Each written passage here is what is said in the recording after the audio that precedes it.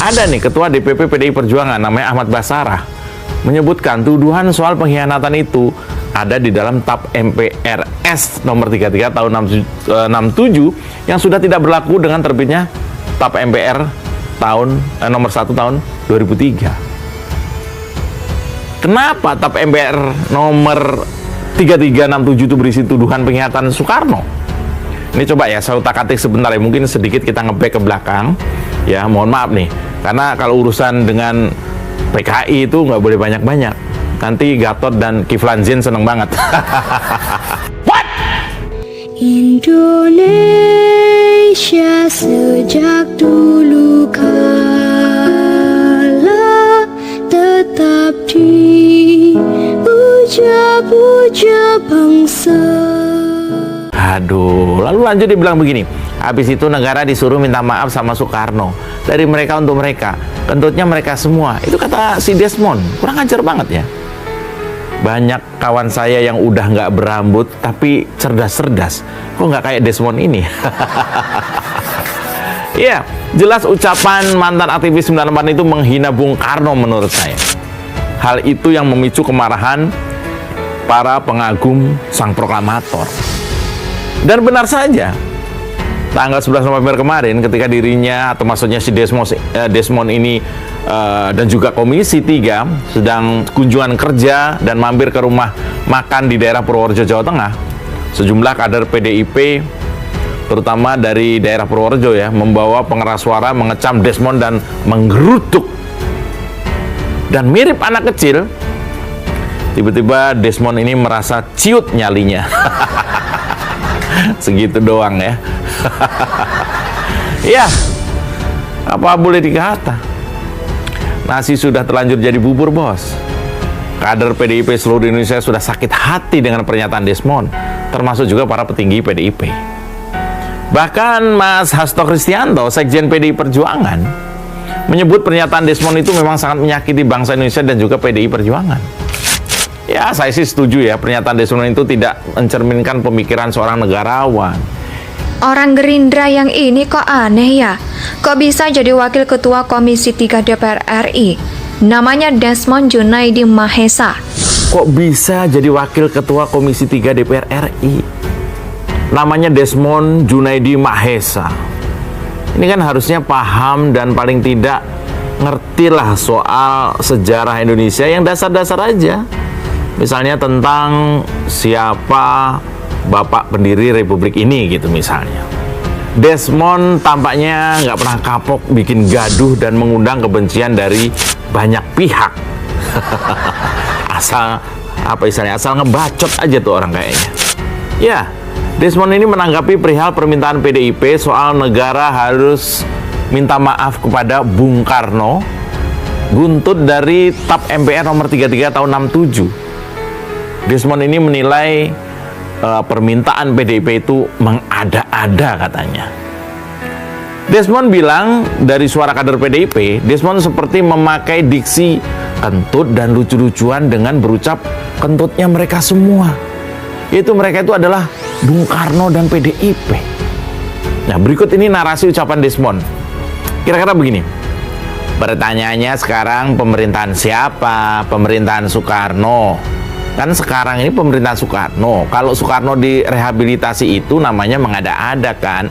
Itu kata Desmond waktu tanggal 8 November kemarin. Ini kan harusnya paham dan paling tidak ngerti soal sejarah yang dasar-dasar sajalah, soal Indonesia. Misalnya, soal siapa bapak pendiri Republik ini. Dan itu sudah berulang kali dilakukan oleh saudara Desmond. Itu kata Sekjen PDI Perjuangan Mas Hasto Kristianto.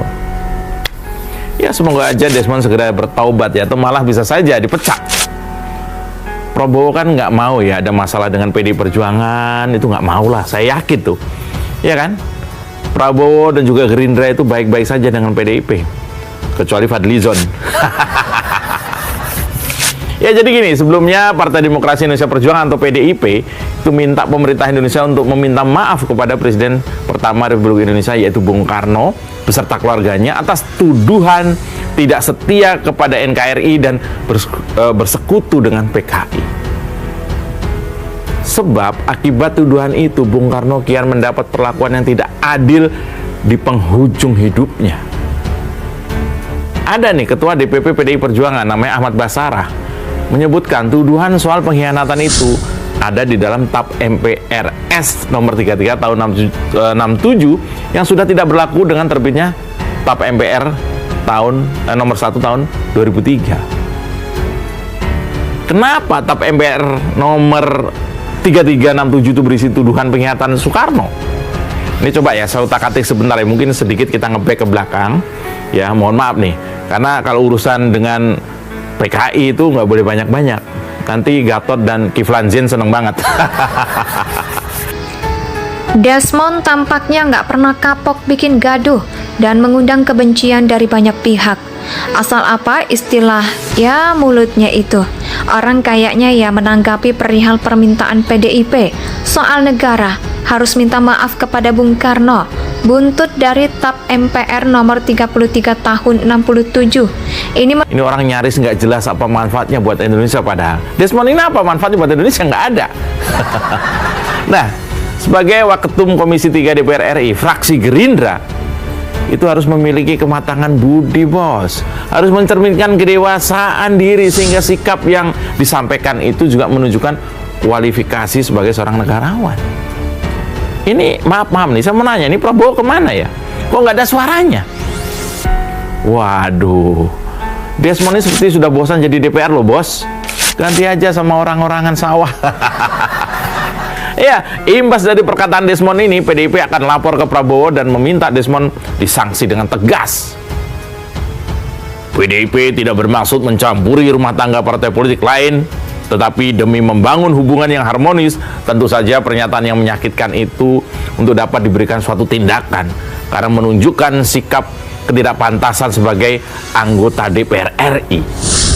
Di sidang di Bogor itu, di Istana Bogor itu, Pak Harto ditunjuk sebagai penyelesaian aspek militer teknis masalah keamanan dan ketertiban. Jadi ceritanya gitu, setelah kejadian gitu PKI, seminggu kemudian dipanggil tuh Pak Harto oleh Bung Karno ke Bogor. Tok, sini tok, gitu kira-kira gitu ya. Ini tolonglah, lu kan tentara yang nggak mati kan. Waktu itu kan Angkatan Darat kan banyak yang meninggal ya. Lu kan yang masih hidup nih, yaudah lu deh, tolong bantu gua dah. Ya, kira-kira gitu ya bahasanya ya. Nah, waktu itu memang istilahnya Pak Harto tuh kayak ketiban duren lah gitu ya. Sebuah posisi yang menurut saya luar biasa. Dan sepertinya Pak Harto tahu betul posisi yang pada ujungnya, gara-gara dipanggil ke Bogor itulah, sebenarnya pada ujungnya dia itu merubah sejarah Indonesia secara kasar. Nilai permintaan PDIP itu mengada-ngada katanya. Sejumlah kader PDIP terutama dari daerah Purworejo yang membawa pengeras suara mengecam Desmond dan menggerutuk dan mirip anak kecil. Tiba-tiba Desmond ini merasa ciut nyalinya. Segitu doang ya? Ya, apa boleh dikata, nasi sudah terlanjur menjadi bubur, bos. Kader PDIP seluruh Indonesia sudah sakit hati dengan pernyataan Desmond, termasuk juga para petinggi PDIP. Jadi gini ceritanya, sedikit nge-back ke belakang. G30 SPKI muncul sebagai bagian dari sejarah peralihan presiden di Indonesia. Gerakan yang terjadi tanggal 30 September 65 ini dilakukan oleh Partai Komunis Indonesia atau PKI. Gerakan ini dipimpin oleh Letkol Untung Sutopo, Komandan Batalion 1 Resimen Cakrabirawa. Mereka itu adalah pengawal presiden, kalau sekarang pas Pampres lah kira-kira gitu. Nah, tanggal 1 Oktober tengah malam dini hari, gerakan ini melakukan penculikan dan pembantaian terhadap beberapa perwira Angkatan Darat dan dieksekusi di Lubang Buaya. Akibat aksi ini, kondisi Indonesia waktu itu jadi nggak kondusif dan saling curiga. Kita udah tahu lah, kita udah tahu sejarah ini mungkin ya. Ada yang dari film, dari YouTube, dari buku sejarah, kira-kira seperti itu. Nah, untuk mengatasi kondisi ini, Bung Karno minta waktu itu Mayor Jenderal Soeharto untuk bertanggung jawab dalam pemulihan dan mengamankan keadaan seperti sedia kala dan mengangkat Pak Harto waktu itu jadi Ketua Kostrad, Komando Strategi Angkatan Darat waktu itu. Nah, peranan Pak Harto itu jadi lebih kuat lagi setelah dilaksanakan sidang paripurna Kabinet Dwikora tahun 6 Oktober, jadi kira seminggu setelah kejadian lubang buaya itu, di Bogor yang ditetapkan oleh kebijaksanaan Presiden Soekarno untuk menyelesaikan G13 PKI.